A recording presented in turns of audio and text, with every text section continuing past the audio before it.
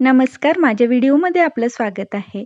तर आज आपण एका लहान मुलीचा फ्रॉक शिवणार आहोत आणि तो फ्रॉक शिवण्यासाठी हा तो मापाचा फ्रॉक आहे. तर त्याच्यासाठी आपण आता ह्या फ्रॉकची मापे घेणार आहोत. हा थोडा शॉर्ट होत असल्यामुळे 1-1 इंच एक्स्ट्रा घ्यायचा आहे. तर आपल्याला शोल्डर घ्यायचा आहे 9.5 इंच. या फ्रॉकचं शोल्डर 9.5 इंच इतका आहे. तर मी घेणार आहे 10 इंच. थोडंसं मोठा फ्रॉक शिवायचा आहे त्यामुळे. आणि कमरेपर्यंत उंची आहे 12 इंच आणि कमरेपासून खाली उंची आहे 14 इंच आणि कमर आहे फुल राऊंड कमर 32 इंच इतकी आहे आता फ्रॉकची. तर मला घ्यायची आहे 34 इंच म्हणजे 17 घेणार आहे मी निम्मं आणि आपल्याला 34 इंच राऊंड कमर करायची आहे. तर आणि हा आर्म होल आहे 5 इंच एवढाच. तर अशा प्रकारे आपल्याला मी मापं घेऊन दाखवले आहेत. तर हा ब्लॅक कलरचा अस्तर आहे आणि ब्लॅक आपल्याला फ्रॉक शिवायचा आहे. तर हा अस्तरचे आता आपल्याला 4 फोल्ड करून घ्यायचे आहेत. हे पहा अशा प्रकारे. 4 फोल्डमध्ये आपल्याला अशी प्रकारे घडी घालायची आहे की कमरेची जी रुंदी आहे 32 इंच ती त्याचा चौथा भाग होईल इतकी घालायची प्लस त्याच्यामध्ये 1 इंच शिलाईसाठी मार्जिन. अशा प्रकारे घडी घालून मी आता कमरेची वरून उंची टाकून घेते. कमरेची उंची मी आता खालीपर्यंत टाकून घेतलेली आहे. तुम्हाला दाखवली होती मी 12 इंच आणि त्याच्यानंतर आता मी त्याचा शोल्डर घेतला आहे 5 इंचचा निम्मा आणि त्याच्या खाली घेतला आहे 5 इंच. तुम्हाला आर्महोल दाखवला होता 5 इंच आणि आपल्याला 2 इंचावर गळारुंदी करून घ्यायची आहे. आणि अशा प्रकारे समोरचा गळा मी आखून घेतला 2 इंचाचा आणि आर्महोलसाठी 1 इंच बाहेरच्या आतल्या बाजूने आणि पाऊण 1 प्लस पाऊण म्हणजे दीड इंच घेतला तरी चालतं बाहेरच्या बाजूसाठी. आणि अशा प्रकारे मी हे आखून घेतलेलं आहे आणि कट करून घेत आहे. तर मी पहिल्यांदा बाहेरचा भाग कट करून घेत आहे. हे पहा अशा प्रकारे. बाहेरचा भाग कट करून झाल्यानंतर मी पूर्ण अस्तर साईड काढून घेते. पाठीमागच्या साईडचा अस्तर मी बाजूला काढून घेतले आणि त्याचा पाठीमागील गळा आपल्याला 2.5 इंच करायचा आहे. 3 इंच केला तरी चालेल. हा 2.5 इंचाचा कटिंग करून टाकला मी आणि हे समोरचा भाग मी आता अस्तरचं कट करून घेत आहे. अशा प्रकारे समोरचा भाग मी कट करून टाकलेला आहे. आता दोन्ही भाग आपल्याला हे कट करून झालेले आहेत आणि आता आपल्याला पुढचं कटिंग करायचं आहे ते खालच्या घेरचं. तर घेर कापण्यासाठी मी आता उंची तुम्हाला दाखवली होती कमरेपासून खाली 14 इंच तर मी घेणार आहे 16 इंच कारण पूर्ण फ्रॉक 1-1 इंच एक्स्ट्रा वाढवून घ्यायचा आहे त्याच्यामुळे. तर आता मी 16 इंचापर्यंत माप घेऊन पूर्ण असं कटिंग करून घेतलेलं आहे. 2 भाग होतील इतके. तर आपल्याला अस्तर किती घ्यायचं आहे तर उंचीचा घेर कमरेचा घेर होता 32 इंच. 32 दोन्ही त्याच्या डबल घ्यायचा आहे. आपल्याला प्लेट्स घालायच्या आहेत म्हणजे 64 इंच इतकं आलं पाहिजेत. हे पहा अशा प्रकारे ही पूर्ण लांबी 64 इंच आली पाहिजे. तर अशा प्रकारे मी कटिंग करून घेतलेलं आहे. आता आपल्याला मेन फॅब्रिक कट करून घ्यायचं आहे. मेन फॅब्रिक देखील कट करत असताना आपल्याला त्याची 4 फोल्ड घडी घालून घ्यायची आहे. ही डबल झाली आणि परत पुन्हा एक फोल्ड करून घ्यायचं आहे आणि जर पुन्हा एक फोल्ड करून घ्यायचं नसेल तर कटिंग करत असताना आपल्याला सिंगल घालावं लागतं अस्तर म्हणून डबल फोल्ड करून घ्यायचं आहे. हे पहा अशा प्रकारे. आता हे असं ओपन करून ठेवलं तर डबल फोल्ड करून घ्यायचं आणि असं डबल पूर्ण परतून 4 फोल्ड करून घेतलं तर डबल करून कटिंग करून घ्यायचं आहे. तर मी असे मेन फॅब्रिकचे पूर्ण भाग कट करून घेणार नाही आहे. त्याचे फक्त कापड घेऊन त्याला जितकं कापड लागणार आहे तो कट करून घेणार आहे. कारण मी शिलाई करत असतानाच त्याचं कटिंग करून टाकणार आहे. त्यामुळे. आता पाठीमागचा आणि पुढचा भाग दोन्ही भाग मी त्याच्यावरती ठेवून कट करून साईडला कापड घेतला आहे आणि उरलेल्या कापडापासून आता पहिल्यांदा घेर बनवून घेते. तर घेर बनवण्यासाठी मी जितकं कापड अवेलेबल होतं तितकं पूर्ण घेतलेलं आहे. तर साधारणतः 3 वर्षाच्या मुलीसाठीचा फ्रॉक आहे हा आणि 1.5 मीटर कापड होतं. तर 1.5 मीटरमध्ये हे कापड मी आता उंची घेतलेली आहे घेरची 17 इंच इतकी घेतलेली आहे म्हणजे 16 इंच फोल्ड करून तयार होईल त्यासाठी. आणि पूर्ण कटिंग करून घेत आहे. जे तुम्हाला मी सांगितलं होतं 64 इंच झालं पाहिजे, म्हणजे प्लेट्स घालून आपल्याला 32 इंच तयार होतं. आणि हे फक्त इतकंच कापड आपल्याकडे उरलं आहे. तर त्याच्यापासून आता आपल्याला आपले हात काढून घ्यायचे आहेत. तर हात मी पहिल्यांदा साधेच कापून घेतले, पण नंतर त्यांनी सांगितले, की पब स्लीव्हज पाहिजे आहेत. तर त्यासाठी मी पहिल्यांदा हात कटिंग करताना साधे काढून घेतले होते. पण पब स्लीव्हज करण्यासाठी मी पुन्हा त्याला जॉइंट दिलं आहे. तर तुम्हाला मी शिवत असताना पूर्ण शिलाई करताना दाखवेन. तर हे मी 5 इंचाचे हात घेतलेत आहेत रुंदीला आणि खाली 7 इंच इतकं घेतलेलं होतं. कारण मी साधेच हात लावणार होते. तर मग पफ स्लीव्हसाठी आपल्याला 10 इंच इतकं घ्यावं लागेल. कारण त्याच्यामध्ये प्लेट्स काढल्यानंतर हाताची रुंदी कमी होते म्हणून. तर आता खालून मी अशा प्रकारे आकार देऊन 3 इंचावरती कट करून घेत आहे हात. हे 5 इंच रुंदीचे हात आहेत. 5 इंच इतकी लांबी आहे आणि 7 इंच याची रुंदी घेतली होती मी. खालीपर्यंत आर्महोलला 7 इंचपर्यंत घेतलं होतं. आता मी खालच्या बाजूला पुन्हा जॉइंट करून त्याला पप्स बनवून घेणार आहे नंतर. आणि ह्याच्यामध्ये एवढंच कापड उरलेलं आहे. त्यामध्ये मी आता दोन्ही बाजूचे बंद बांधायचे करून घेणार आहे. आता हे शिवणकाम आपण सुरू करूया. तर शिवत असताना मी जे फॅब्रिक कट करून चौकोनी घेतलं होतं त्याच्यावरती आता समोरची बाजू ठेवून पूर्ण साईडने चारही बाजूने शिलाया मारून अशा प्रकारे घेत आहे. पूर्ण साईडने शिलाया मारून झाल्यानंतर मी अस्तर पण थोडं एक्स्ट्रा ठेवलं होतं आणि मेन फॅब्रिक अस्तरच्या मापाने आता पूर्णपणे कट करून घेत आहे. 1-1 इंच एक्स्ट्रा ठेवल्यामुळे ते शिलाई मार्जिनसाठी ठेवलं होतं, पण मी 1.5 इंच एक्स्ट्रा ठेवलं होतं, त्यामुळे मी कट करून टाकत आहे आणि फॅब्रिक मात्र कट करून अस्तरच्या लेवलनं करून घ्यायचं आहे. तर आता आपल्याला हे टक्स मारून घ्यायचे आहेत. टक्स मी 4 इंचावरती मारून घेत आहे आणि 4 इंच वरती मारून घेत आहे. हे पहा, अशा प्रकारे टक्स मारून घेऊन झाल्यानंतर आपला समोरचा भाग तयार झालेला आहे. आता आपल्याला पाठीमागचा भाग तयार करून घ्यायचा आहे. पाठीमागचा भाग तयार करत असताना आता सेम मी जसं समोरचा भाग तयार करून घेतला तसंच शिलाई मारून चारही बाजूने पाठीमागचा भाग देखील तयार करून घेत आहे. हा अशा प्रकारे तयार झाल्यानंतर आपल्याला आता याला चैन लावून घ्यायची आहे.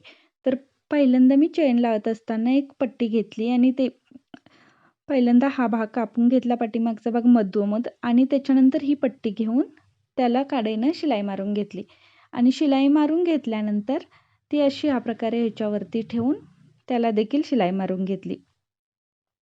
हे पहा अशा प्रकारे. याच्यावरती शिलाई मारून झाल्यानंतर आता हे फोल्ड करून परत त्याला चैन लावून घ्यायची आहे.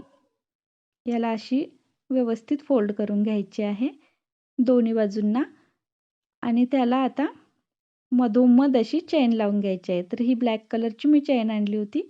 ती अशी मधोमध ठेवायची आणि त्याच्यावरून शिलाई मारायची. पहिल्यांदा खालची बाजू लॉक करून घ्यायची.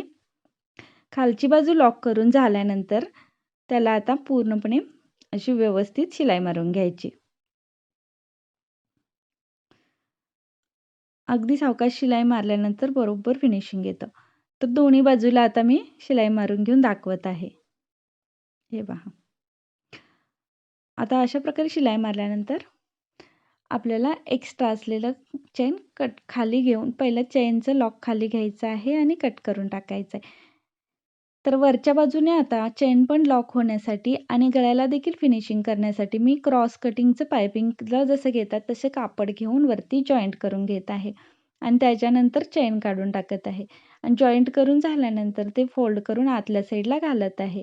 म्हणजे वरच्या गळ्याच्या बाजूचं फिनिशिंग पूर्ण होऊन जातं. तर अशा प्रकारे दोनही बाजूला आपल्याला फिनिशिंग करून घ्यायचं आहे. पायपिंगच्या आकाराचं कापड घेऊन त्याला जॉईंट करून दोन्ही बाजूचं फिनिशिंग करून घ्यायचं आहे. हे पहा अशा प्रकारे फोल्ड करून आत घातल्यानंतर आपली चैन पूर्णपणे फिनिशिंगमध्ये तयार झालेली आहे. खालच्या बाजूने तर लॉक शिलाई आलेलीच आहे आणि वरच्या बाजूनेही कापड लावून लॉक शिलाई झालेली आहे. हे पहा. आता मागचा भाग पूर्णपणे तयार झालेला आहे. आता पुढच्या बाजूला पुढचा भाग जो आहे त्याचा गळा तयार करून आपल्याला घ्यायचा आहे. तर हे खालच्या बाजूचं कटिंग आहे तिथं मी थोडंसं कापड लावून घेणार आहे, कारण लहान मुलांना कुठंही लागू नये चैन याच्यासाठी. तर आणि ती लॉक देखील होते, याच्यासाठी थोडंसं कापड जॉईंट करून घ्यायचं आहे आणि अशा प्रकारे आपली चैन पूर्ण तयार झाली. आता हा समोरचा भाग आहे. समोरच्या भागाला आपल्याला गळ्याचं फिनिशिंग करायचं बाकी होतं, ते आता करून घ्यायचं आहे. पायपिंगप्रमाणेच मी कपडा घेतलेला आहे आणि त्याला दाब शिलाई देऊन हा देखील फोल्ड करून आतल्या बाजूने घालून घेणार आहे मी. अशा प्रकारे आत घालून त्याच्यावरून शिलाई मारून घ्यायची आहे. आता गळ्याच्या समोरील बाजूचं देखील फिनिशिंग पूर्णपणे तयार झालेलं आहे. त्यानंतर आता दोन्ही भाग तयार झाल्यानंतर आपल्याला दोन्ही भाग एकमेकावरती ठेवून त्यांची शोल्डर जॉईंट करून घ्यायचे आहेत. अशा प्रकारे मी शोल्डर जॉईंट करून घेतलेले आहेत. हे पाहू शकता तुम्ही. आता शोल्डर पूर्णपणे जॉईंट करून झाल्यानंतर हा भाग मी साईडला ठेवून देते. आता आपल्याला हात तयार करून घ्यायचे. तर मी म्हटलं होतं हातांना मी साधं कटिंग करून घेतलं होतं, पण आता आपल्याला पफ स्लीव्ह करण्यासाठी एक्स्ट्रा वाढवून मी जॉईंट करून घेतलं. हे पहा. तर कापड जॉईंट करून घेतल्यानंतर मी आता याला छोटे-छोटे चुन्या घालून याचे पफ स्लीव्हज बनवून घेते. तर पहिल्यांदा वरच्या बाजूला चुनी घालून नंतर त्याच आकारामध्ये खालच्या साईडला समान लाईनमध्ये चुन्या घालून घेऊन त्याचे पफ्स बनवून घ्यायचे आहेत. पफ्स बनवून झाल्यानंतर त्याला आता त्याला थोडीशी पायपिंग पट्टी लावून समोरची बाजू आपल्याला फिनिशिंग शिलाई घालून घ्यायची आहे. दोन्ही हात मी एकदाच पफ्स घालून घेत आहे. तुम्हाला जर माझा व्हिडिओ आवडत असल्यास तर प्लीज माझ्या चॅनलला, तुम्ही नवीन असाल तर चॅनलला सबस्क्राईब करा, व्हिडिओला लाईक करा आणि शेअर करा. अशा प्रकारे मी समोर ब्लॅक कलरचा प्लेन कापड लावून शिलाई मारून घेत आहे, म्हणजे त्याला आणखी सुंदर लुक येईल.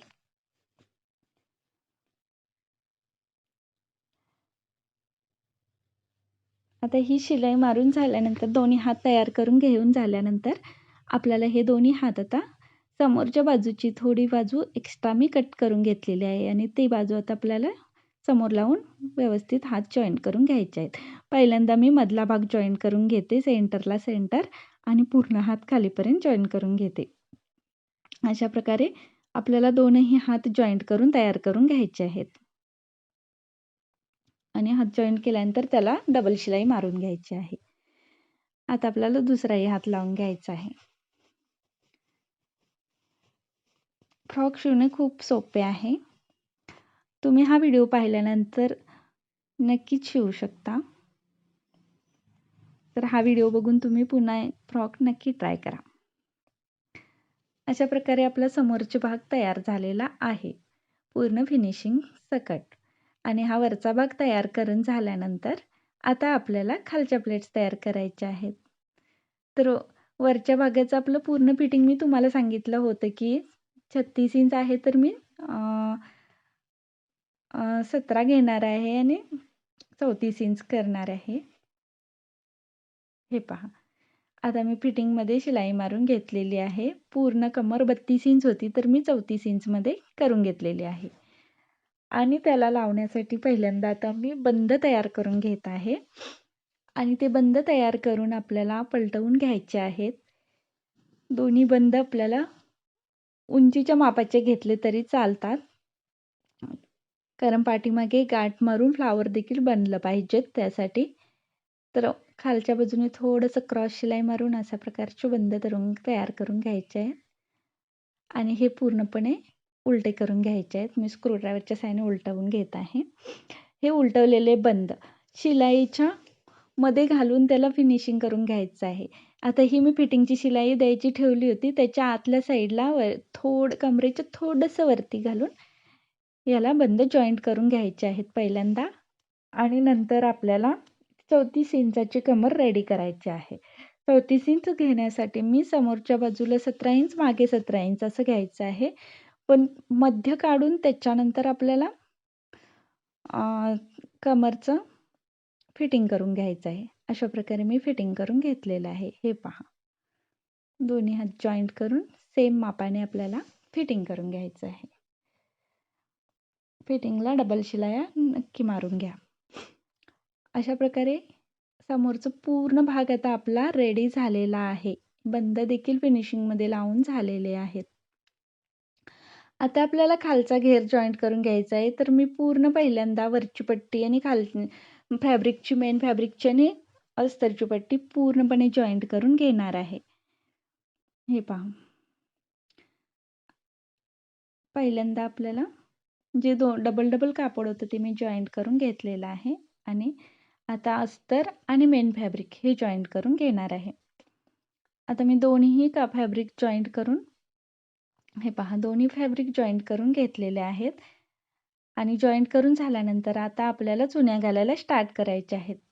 चुन्या पूर्ण कापडामध्ये एकसारख्याच आणि एकाच साईजच्या मारून घ्यायच्या आहेत. अशा प्रकारे मी पूर्ण चुन्या मारून घेतलेल्या आहेत.